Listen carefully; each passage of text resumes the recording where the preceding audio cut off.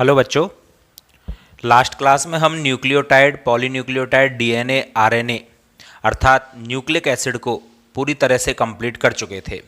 आज की क्लास में हम एंजाइम्स के बारे में पढ़ेंगे कि एंजाइम क्या होते हैं। देखो, सबसे पहले एंजाइम जो शब्द है, इस शब्द को देने वाले वैज्ञानिक का नाम है डब्ल्यू कुहेन। डब्ल्यू कुहेन के द्वारा एंजाइम वर्ड दिया गया था। और एक बर्जीलियस नाम का वैज्ञानिक था, इसने क्या किया था, सबसे पहले बर्जीलियस ने सबसे पहले एमाइलेस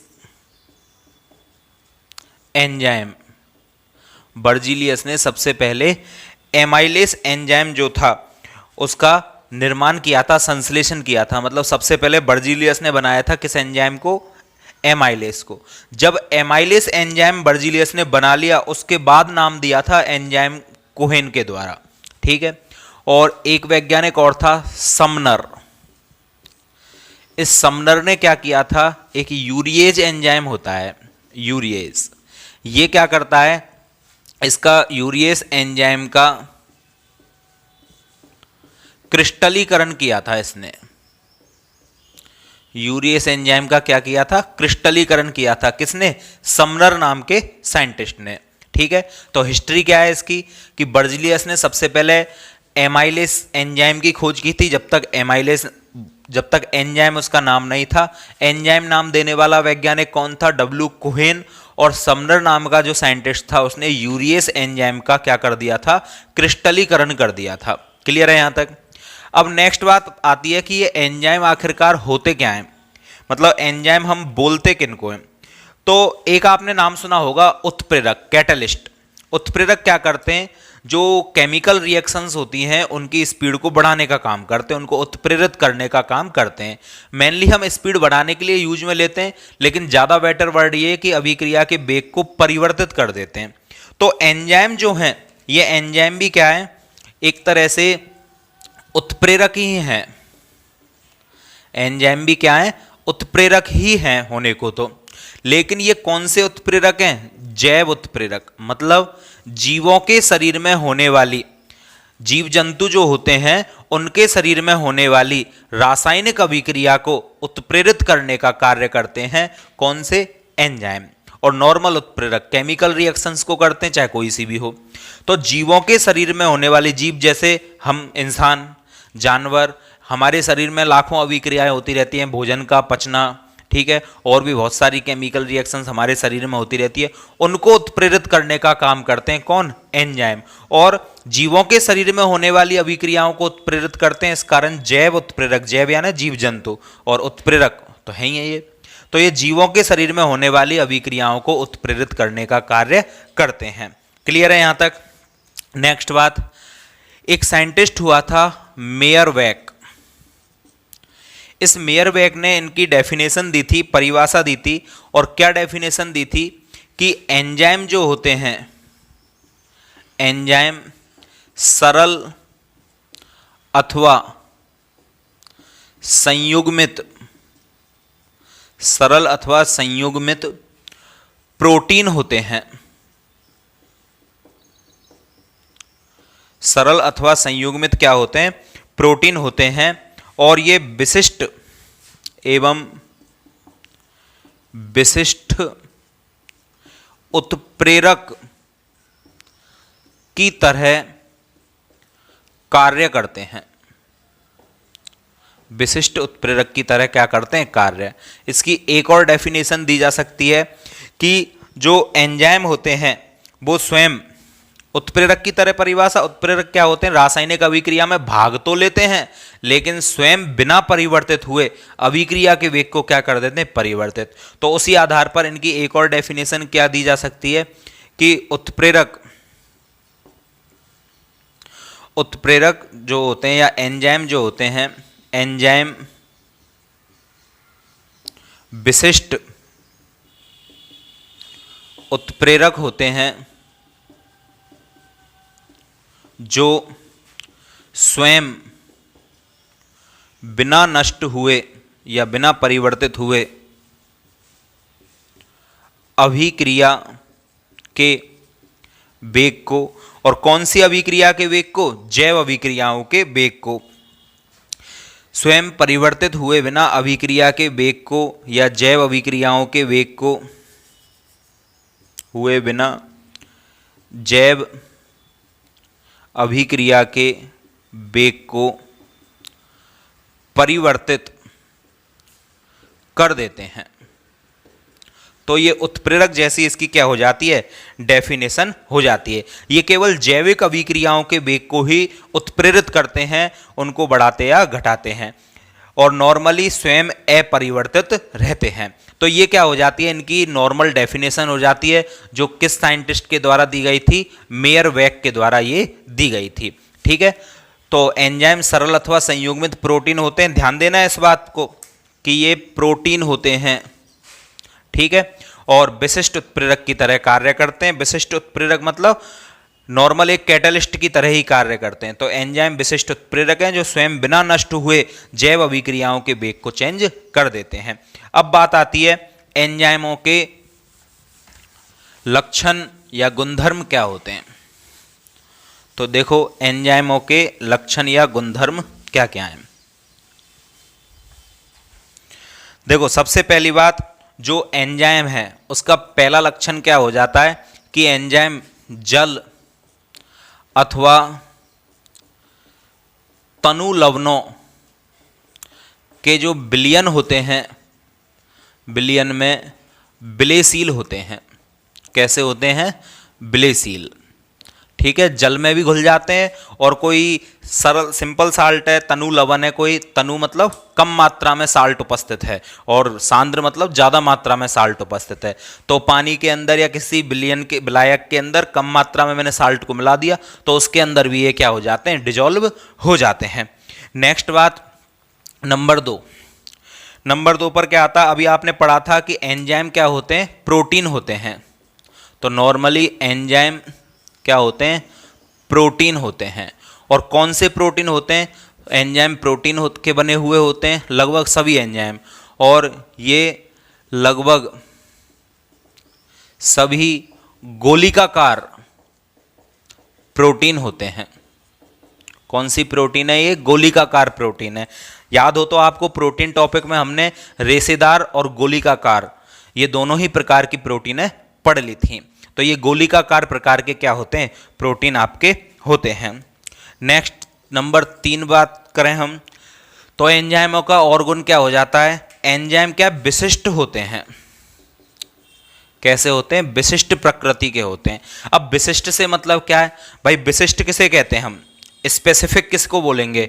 जो किसी कार्य में निपुण हो या उसको वही कर सके। तो एंजाइम क्या है? जैसे एक कार्य है, मान के चलो जैसे एमाइलेस एंजाइम है। ये एमाइलेस एंजाइम क्या करता है? जो हमारे शरीर में स्टार्च होता है, इस स्टार्च को ग्लूकोज और माल्टोस में बदल देता है। स्टार्च को कन्वर्ट कर देता है किसमें? ग्लूकोज में प्लस माल्टोस में नॉर्मली। ठीक है, माल्टोस भी आगे चलकर ग्लूकोज में बदल जाता है, तो स्टार्च को ग्लूकोज में बदला जाता है, ये भी बोल देते हैं अपन। तो स्टार्च को ग्लूकोज में एमाइलेस एंजाइम बदलता है। तो इस काम को केवल एमाइलेस एंजाइम ही करेगा, और कोई एंजाइम नहीं कर पाएगा। ठीक है, मतलब स्टार्च को ग्लूकोज में बदलने का काम केवल एमाइलेस एंजाइम ही करेगा, कोई और एंजाइम इस काम को नहीं कर पाएगा। तो ये विशिष्ट है, मतलब एक एंजाइम एक ही अभिक्रिया को उत्प्रेरित करते हैं, एमाइलेज के द्वारा ये काम होगा तो यही होगा, कोई और एंजाइम इस काम को नहीं करेगा, और ये एंजाइम किसी और काम को नहीं करेगा। मतलब एक एंजाइम एक ही अभिक्रिया को उत्प्रेरित करने का कार्य करते हैं। तो ये इनकी क्या होती है? विशिष्टता होती है। ठीक है, तो एंजाइम कैसी प्रकृति के होते हैं? विशिष्ट प्रकृति के होते हैं। नेक्स्ट बात हम करें नंबर 4 पर, कि एंजाइम प्रोटीन के बने हुए होते हैं, गोलिकाकार होते हैं, विशिष्ट होते हैं। एंजाइम क्या है? एक फिक्स टेम्परेचर पर, लगभग 25 से 35 डिग्री टेम्परेचर एंड 6 से 8 pH के मध्य ये क्या है, बहुत ज़्यादा उत्प्रेरण का कार्य करते हैं। मतलब 25 से 35 डिग्री टेम्परेचर पर और 6 से 8 पीएच पर ये इनकी विशिष्टता क्या होती है, बहुत ज़्यादा होती है, मतलब इनकी रिएक्टिविटी बहुत ज़्यादा हो जाती है। ठीक है। नंबर 5 बात, एंजाइम जो होते हैं ये विशिष्ट तो होते ही हैं, इसके अलावा एंजाइम बिना नष्ट हुए अभिक्रिया को, कौन सी अभिक्रिया को, जैविक अभिक्रिया, जीवों के शरीर में होने वाली जैविक अभिक्रिया को उत्प्रेरित करने का कार्य करते हैं। ठीक है, बिना नष्ट हुए जैविक अभिक्रिया को उत्प्रेरित करते हैं। अब एक बात बताओ, कोई चीज़ नष्ट ही नहीं हो रही है तो उसकी कितनी अमाउंट हमें चाहिए। अब जैसे एक एग्जाम्पल के रूप में मैं कोई वस्तु लेके आया, अब मैं उसे यूज तो कर रहा हूं लेकिन वो खत्म नहीं हो रही है, तो क्या मैं दोबारा उसी चीज को लेके आऊंगा, नहीं। तो इसी प्रकार एंजाइम क्या नष्ट नहीं होते और अभिक्रिया को उत्प्रेरित करते ही रहते हैं, तो काम आते रहते हैं। मतलब अभिक्रिया चालू हुई, उसमें अंदर हमने डाला, उसमें पार्टिसिपेट लिया, लास्ट में हमें दोबारा मिल गया। तो इस कारण क्या है, एंजाइम की थोड़ी सी मात्रा, अतः बहुत कम मात्रा ही अभिक्रिया को उत्प्रेरित करा सकती है या करा देती है। और एंजाइम जो होते हैं वो अभिक्रिया के वेग को लगभग 10 लाख गुना तक बढ़ा देते हैं। इनसे जो वेग होता है, अभिक्रिया की स्पीड जो होती है वो लगभग 10 लाख गुना तक बढ़ जाती है। ठीक है, मेन इंपॉर्टेंट बात है। तो एंजाइम क्या खत्म नहीं होते, अभिक्रिया की समाप्ति के बाद दोबारा प्राप्त हो जाते हैं। इस कारण एंजाइम की थोड़ी सी मात्रा ही कई अभिक्रियाओं को क्या करती रहती है, उत्प्रेरित कराती रहती है। कई अभिक्रियाओं से मतलब ये नहीं है कि अलग अलग अभिक्रिया, एक ही अभिक्रिया को कई बार उत्प्रेरित करा देती है। ठीक है, नेक्स्ट नंबर 6 पर हम ले लेते हैं कि एंजाइम जो होते हैं वो अति विशिष्ट होते हैं। ये बात तो हमने कर ली। इसके अलावा एंजाइम में कुछ अकार्बनिक पदार्थ होते हैं, अकार्बनिक पदार्थ होते हैं। ठीक है, या फिर कुछ सह एंजाइम होते हैं। ये क्या करते हैं, एंजाइम की स्पीड को और बढ़ाने का काम करते हैं। तो वे पदार्थ जिन्हें एंजाइम के अंदर डाल दिया जाए और उनकी स्पीड उससे बढ़ जाए तो वो सह एंजाइम कहलाते हैं। ठीक है, तो ऐसे कुछ अकार्बनिक पदार्थ होते हैं जो एंजाइमों की स्पीड को बढ़ाने का काम करते हैं। ठीक है, नेक्स्ट नंबर 7 पर हम ले लेते हैं कि कुछ अकार्बनिक पदार्थ भी ऐसे होते हैं जो एंजाइम तो नहीं होते हैं लेकिन वो एंजाइमों की तरह कार्य करते हैं। जैसे हमारे शरीर में पाचन क्रिया कम हो जाती है, तो इसके समाधान के लिए हम कुछ बाहर से टैबलेट वगैरह या कोई चीज़ ऐसी लेते हैं जिससे पाचन क्रिया सही हो जाए। तो वो क्या एंजाइम थोड़ी लिया हमने, या फिर उनके साथ कोई ऐसे पदार्थ दिए जाते हैं जो उस कार्य को करने में सक्षम होते हैं, तो वो एंजाइम नहीं होते लेकिन एंजाइम की तरह कार्य कर रहे हैं। तो ऐसे पदार्थों को कृत्रिम एंजाइम के नाम से भी जाना जाता है। ऐसे पदार्थों को कृत्रिम एंजाइम भी कह देते हैं। मतलब ये एंजाइम नहीं होते लेकिन एंजाइम की तरह कार्य करते हैं, इस कारण इनको आर्टिफिशियल एंजाइम बोल दिया जाता है। ठीक है, नेक्स्ट बात, सबसे इंपॉर्टेंट बात जो 8वीं में बता रहा हूं, एंजाइम हमारे शरीर में ऐसा करते क्या हैं कि अभिक्रिया का वेग बढ़ जाता है।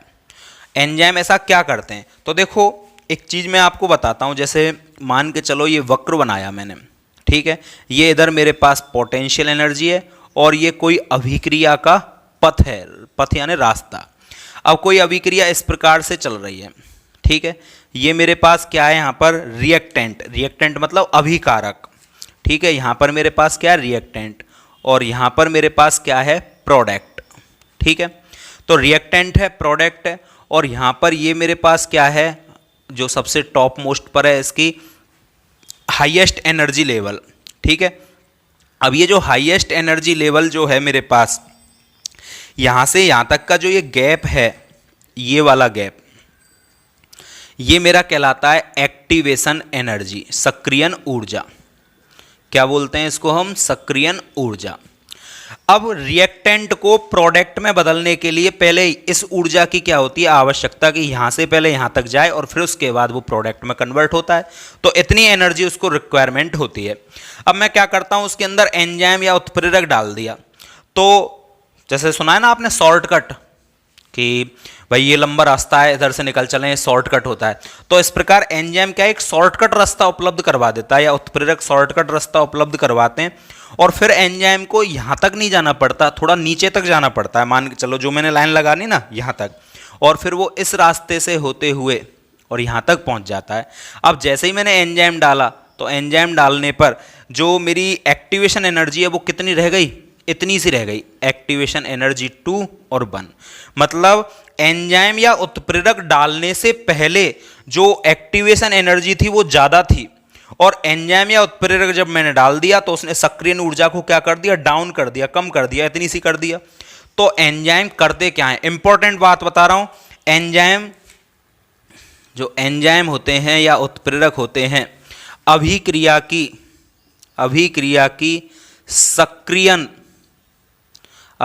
की सक्रियण ऊर्जा को कम करके अभिक्रिया के वेग को बढ़ा देते हैं, अभिक्रिया के वेग को बढ़ा देते हैं। मोस्ट इंपॉर्टेंट लाइन है कि एंजाइम या उत्प्रेरक हमारे शरीर में ऐसा क्या करते हैं जिससे अभिक्रिया का वेग बढ़ जाता है। तो एंजाइम या उत्प्रेरक क्या करते हैं, अभिक्रिया की एक्टिवेशन एनर्जी जो होती है उसको डाउन कर देते हैं, जिससे अभिक्रिया का वेग बढ़ जाता है। ठीक है, तो ये इसकी पूरी क्या होती है, प्रोसेसिंग होती है। ठीक है, नेक्स्ट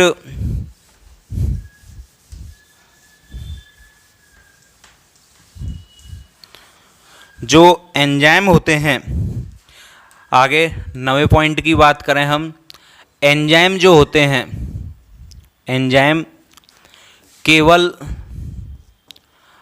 अभिक्रिया के, कौन सी अभिक्रिया, जैविक अभिक्रिया के वेग को परिवर्तित करते हैं या बढ़ाते हैं, केवल अभिक्रिया के वेग को परिवर्तित करते हैं, ये दिशा को कोई परिवर्तन नहीं करते। जैसे कोई अभिक्रिया अग्र दिशा में चल रही है, आगे अभिकारक से उत्पाद बन रहा है, तो एंजाइम डालने पर अभिकारक से उत्पाद ही बनेगा। ये नहीं कि एंजाइम डाल दिया तो उत्पाद दोबारा अभिकारक में बदल जाए। एक ही दिशा में अभिक्रिया जिस दिशा में चल रही है उसी को उत्प्रेरित करते हैं और आगे की ओर बढ़ा देते हैं। ठीक है, नेक्स्ट साम्य अवस्था। साम्य अवस्था भी इससे नो चेंज रहती है, मतलब उसमें भी कोई परिवर्तन नहीं आता है। तो कंप्लीट लाइन क्या है, एंजाइम केवल अभिक्रिया के वेग को परिवर्तित करते हैं या बढ़ाते हैं, इनसे अभिक्रिया की दिशा पर कोई प्रभाव नहीं होता है और ना ही इनसे साम्य अवस्था प्रभावित होती है। ऐसा क्यों, साम्य अवस्था जैसे ए से मान के चलो बी बन रहा है और दोनों दिशाओं में चल रही है अभिक्रिया, दोनों में चलती है, जब ये साम्य अवस्था लगता है अभिकारक से उत्पाद बने और उत्पाद से पुनः अभिकारक बन जाए। तो यहाँ पर तुमने एंजाइम डाल दिया, तो एंजाइम भाई ऐसे थोड़ी करता है कि ये मेरे को ए अच्छा लग रहा है इसे बी में बदल दूं, या बी अच्छा लग रहा है उसे ए में बदल दूं। एंजाइम तो क्या करता है, अभिक्रिया के वेग को बढ़ाएगा या घटाएगा। तो इस सिचुएशन में क्या होगा, जैसे ही हमने डाला तो ए से बी को भी बढ़ाएगा वो तो, और बी से ए को भी बढ़ाएगा, दोनों अभिक्रियाओं के वेग को परिवर्तित करेगा। तो इस सिचुएशन में समान ही रहती है, तो साम्य पर कोई इफेक्ट नहीं पड़ता है। ठीक है, साम्य स्थापित भी नहीं होता है, साम्य चेंज भी नहीं होता है, ये केवल वेग को परिवर्तित करने का काम करते हैं। ठीक है, नेक्स्ट बात, नंबर 10वां पॉइंट, जैसे यूवी लाइट, परावैंगनी प्रकाश, ठीक है, क्षारीय अभिकर्मक या क्षारीय विलयन, उच्च सांद्रता के लवण का विलयन, कोई अम्लीय विलयन है ज़्यादा मात्रा में, तो इन सब की उपस्थिति में क्या होता है, जो एंजाइम की सक्रियता होती है, एंजाइम की सक्रियता होती है वो नष्ट हो जाती है। ठीक है, इसे एंजाइम का विकृतीकरण भी बोल सकते हो आप। विकृतीकरण हम प्रोटीन में पढ़ चुके हैं। विकृतीकरण से क्या होगा, एंजाइम की जैविक सक्रियता समाप्त हो जाएगी और वो एंजाइम जो कार्य कर रहा है उस कार्य को करने लायक नहीं रहेगा। तो अम्ल डाल दिया, क्षार डाल दिया, उच्च सांद्रता का कोई लवण डाल दिया, परावैंगनी प्रकाश डाल दिया, तो इनसे एंजाइमों की जैविक सक्रियता नष्ट होने लग जाती है। इसे एंजाइमों का विकृतीकरण कहा जाता है। नेक्स्ट 11वां पॉइंट, ठीक है, जैसे रेडॉक्स अभिक्रिया होती है, ऑक्सीकरण अपचयन, ऑक्सीकरण अपचयन अभिक्रिया, रेडॉक्स बोल सकते हो। बी कार्बोक्सिलीकरण अभिक्रिया, बी कार्बोक्सिलीकरण अभिक्रिया। इसके अलावा जल अपघटन, जल अपघटन की अभिक्रिया इत्यादि को एंजाइम क्या करते हैं? उत्प्रेरित करने का कार्य करते हैं, उत्प्रेरित करते हैं।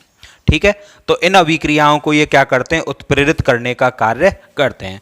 तो ये सभी अभी तक क्या हो चुके हैं आपके? ये सभी आपके एंजाइमों के विशेष लक्षण या विशेष गुणधर्म हो चुके हैं। ठीक है, 10-11 पॉइंट है एंजाइमों के। आप इनको अभी कोलाइडी सॉल्यूशन अपन का 5वां चैप्टर है, स्टेट ऑफ मैटर, पदार्थ की अवस्थाएं। ठीक है, तो उसमें भी हम एंजाइम को एक बार और पढ़ेंगे अभी। ठीक है, तो यहीं पर पढ़ लो, वहां पर पढ़ने की आपको जरूरत ही नहीं पड़ेगी और वहां पर आपका रिवीजन हो जाएगा, तो आप ध्यान से और देखोगे। अच्छा, अब एंजाइमों का नामकरण कैसे किया जाता है? एंजाइमों का नामकरण ऐसा है, मैं कंप्लीट को रेज कर देता हूं, उसके बाद हम ये टॉपिक पढ़ते हैं। एंजाइमों का नामकरण कैसे किया जाता है और किस आधार पर करते हैं?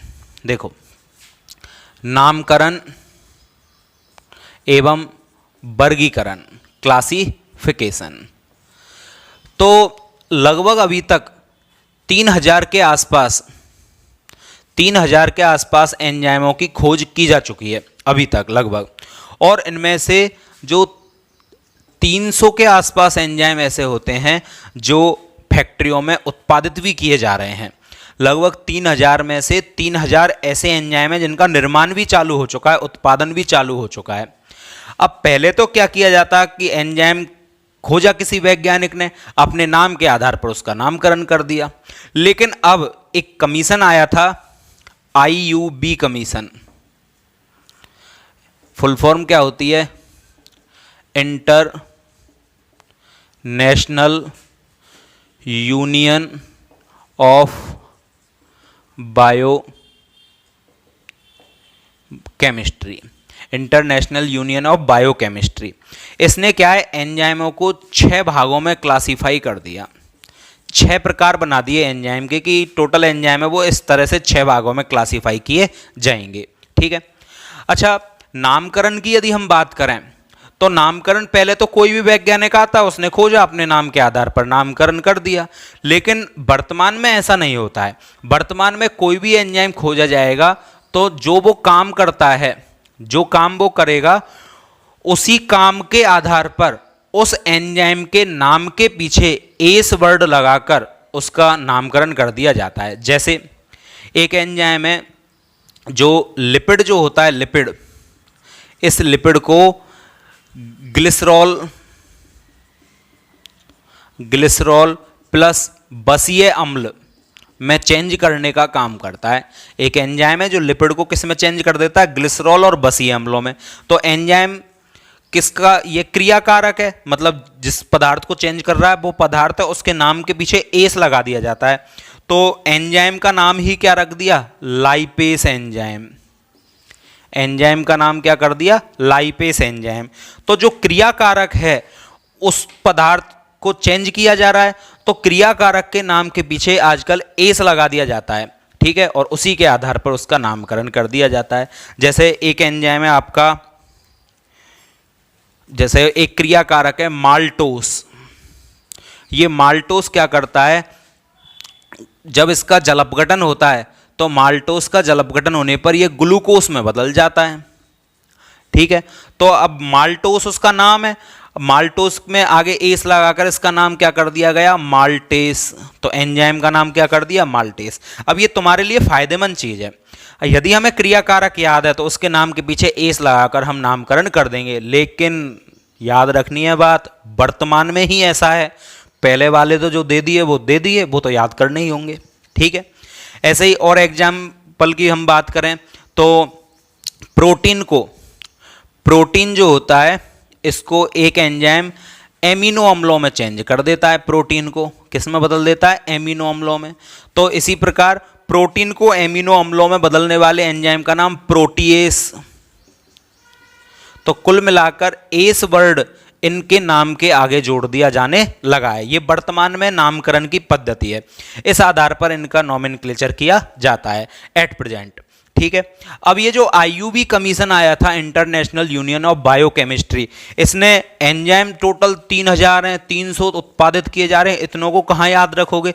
तो इसने एंजाइमों को 6 भागों में क्लासिफाई कर दिया। और वो 6 भाग कौन कौन से होते हैं जो इसके द्वारा बांटे गए थे, तो देखोगे आप।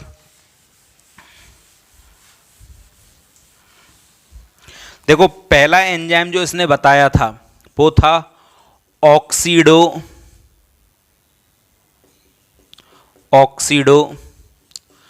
रिडक्टेसेस एंजाइम। Oxido reductases enzyme. अब ये ऑक्सीडो रिडक्टेसेस एंजाइम जो है, ये काम क्या करता है? ऑक्सीकरण, नाम से स्पष्ट है, अपचयन अथवा श्वसन, किण्वन आदि अभिक्रियाओं को उत्प्रेरित करता है या आदि अभिक्रियाओं से रिलेटेड या संबंधित होता है। अभिक्रियाओं को उत्प्रेरित करता है। ठीक है, इनके लिए काम में आता है कौन? Oxido reductases enzyme.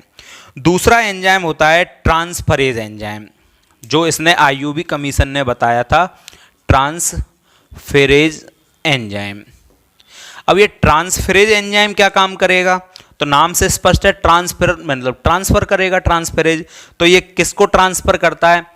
तो रासायनिक अभिक्रिया में जो क्रियाकारक होते हैं या एक समूह जो होता है, एक समूह को दूसरे समूह तक क्या करता है? ये ट्रांसफर करने का काम करता है। एक पदार्थ से दूसरे पदार्थ तक जो समूह होते हैं, समूहों को स्थानांतरित करता है। ठीक है, एक पदार्थ से दूसरे पदार्थ तक समूहों को ट्रांसफर करने का काम करता है कौन? Transferase enzyme. नंबर 3 पर आपका आ जाता है हाइड्रोलेसेस एंजाइम। क्या नाम है? हाइड्रोलेसेस एंजाइम। अब नाम से स्पष्ट है, हाइड्रोलेसेस, हाइड्रोलेस बोलते किसको? जल अपघटन को। तो क्या काम करेगा? जल अपघटन करने का काम करेगा। तो ये एंजाइम क्या करेगा? जल अपघटन की जो क्रियाविधि होती है को उत्प्रेरित करता है। जल अपघटन की क्रियाविधि को क्या करता है? उत्प्रेरित करने का कार्य करता है। ठीक है, कौन सा एंजाइम? हाइड्रोलेसेस एंजाइम। नंबर 4 पर आता है आपका लाइसेस एंजाइम। Lysis enzyme. ठीक है, ये एंजाइम नहीं है, एंजाइमों का समूह है। ठीक है, 6 भागों में सभी एंजाइमों को क्लासिफाई करवाया है इन्होंने। लाइसेस एंजाइम का काम क्या होता है कि जो क्रियाकारक होते हैं, क्रियाकारक जो होते हैं, उनसे जल अपघटन की अभिक्रियाएं जो होती है उनको छोड़कर अन्य अभिक्रिया जितनी भी हैं उनसे कुछ समूहों को हटाते हैं वहां से। और जब समूहों को हटाएंगे, जैसे देखो ये CH सिंगल बॉन्ड CH और यहां से मैं CH2 और H। अब ये CH3 है एक्चुअली। अब मैंने यहां से इसको हटा दिया और यहां से इसको हटा दिया। अब आपको पता है कार्बन की वैलेंसी कितनी होती है? 4। तो 2 तो हाइड्रोजन और 1 बॉन्ड 3 तो इसकी रह गई, 2 हाइड्रोजन और 1 बॉन्ड 3 इसकी रह गई। तो यहां पर एक डबल बॉन्ड लग जाएगा। तो यहां पर क्या होता है? ये जल अपघटन को छोड़कर अन्य जो क्रियाएं होती हैं उनसे समूहों को हटाते हैं और वहां पर डबल बॉन्ड लगा देते हैं वैलेंसी को ऑक्यूपाई करने के लिए, यानी द्विआबंध का क्या कर लेते हैं? यहां पर निर्माण होता है। तो क्रियाकारकों से या क्रियाकारक से जल अपघटन के अलावा अन्य समूहों को रिमूव करने का या हटाने का कार्य करते हैं एवं इस दौरान द्विआबंध या डबल बॉन्ड या ट्रिपल बॉन्ड का निर्माण होता है। तो यहाँ पर क्या होता है, या तो डबल बॉन्ड बन जाता है या ट्रिपल बॉन्ड का फॉर्मेशन होने लग जाता है। नेक्स्ट आता है आपका 5वें नंबर पर आइसोमरेजेज। आइसोमरेजेज एंजाइम, ये क्या काम करता है, जो अंतर आणविक पुनर्विन्यास होता है, पुनर्विन्यास मतलब रीअरेंजमेंट, कोई अभिक्रिया है सही नहीं हुई उसे रीअरेंज कर दिया, ठीक है। तो ये अंतर आणविक पुनर्विन्यास जो होता है, अंतरान्विक या अंतर आणविक पुनर्विन्यास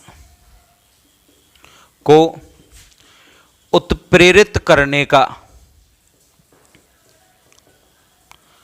कार्य करता है। अंतर आणविक पुनर्विन्यास को उत्प्रेरित करने का या कैटेलाइज्ड करने का कार्य ये करता है। और नेक्स्ट और लास्ट जो एंजाइम आपका आ जाता है, 6वें प्रकार जो बताया गया था वो था लाइगेजेज, या इसका एक और नाम दिया था सिंथेटेजेज।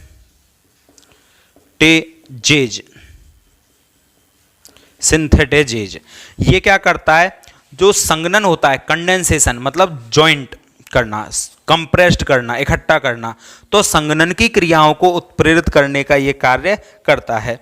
तो संघनन द्वारा दो समूह जो होते हैं उनके संश्लेषण को भी उत्प्रेरित करता है। संघनन, कंडेंसेशन, संघनन द्वारा दो समूहों के संश्लेषण को उत्प्रेरित करता है। और यहां पर एक बात और याद रखनी है, कोई चीज बन रही है तो यहां एनर्जी की रिक्वायरमेंट होती है, करता है। अतः यहां एटीपी एडिनोसिन ट्राइफॉस्फेट, अथवा अब एडिनोसिन में तो एडेनिन शर्करा होती है और कोई सा नाइट्रोजन क्षार हो जाए तो उसका ट्राइफॉस्फेट हो जाएगा, तो एडिनोसिन ट्राइफॉस्फेट अथवा अन्य ट्राइफॉस्फेट की आवश्यकता होती है। तो ये इस प्रकार आपके टोटल 6 क्या हो जाते हैं, आईयूबी कमीशन के द्वारा जो एंजाइम थे उसको 6 भागों में क्या कर दिया था, वर्गीकृत कर दिया था। ऑक्सीडोरिडक्टेज, ऑक्सीकरण अपचयन, श्वसन किण्वन आदि को उत्प्रेरित करेगा। ट्रांसफर नाम से स्पष्ट है, एक पदार्थ से दूसरे पदार्थ तक समूहों को क्या करेगा, स्थानांतरित करेगा। हाइड्रोलिसिस जल अपघटन की क्रिया को उत्प्रेरित करने का काम करेगा। लाइसेस क्रियाकारक से जल अपघटन के अलावा अन्य समूहों को हटाने का कार्य करेगा, और इस दौरान डबल बॉन्ड भी बनेंगे, ट्रिपल बॉन्ड भी बनेंगे। आइसोमरेजेज अंतर आणविक पुनर्विन्यास को उत्प्रेरित करता है। लाइगेजेज या सिंथेटेजेज संघनन द्वारा जो दो समूह होते हैं उनके संश्लेषण को, संघनन मतलब इकट्ठा करना, उनके द्वारा समूहों के संश्लेषण को उत्प्रेरित करता है, बनाने को, और इस दौरान एनर्जी की रिक्वायरमेंट होती है, तो एटीपी अथवा ट्राइफॉस्फेट की यहाँ पर क्या होती है, आवश्यकता होती है। तो ये आपके 6 आईयूबी कमीशन के द्वारा बताए गए एंजाइमों के प्रकार हैं। अब बात करते हैं कुछ एंजाइमों की, कि कौन कौन से एंजाइम कहाँ कहाँ से उत्पन्न होते हैं और क्या क्या कार्य हमारे शरीर में करते हैं। ठीक है, इंपॉर्टेंट टॉपिक है, ध्यान से देखोगे, यहीं से 1 नंबर का क्वेश्चन बहुत ज़्यादा पुटअप किया जाता है।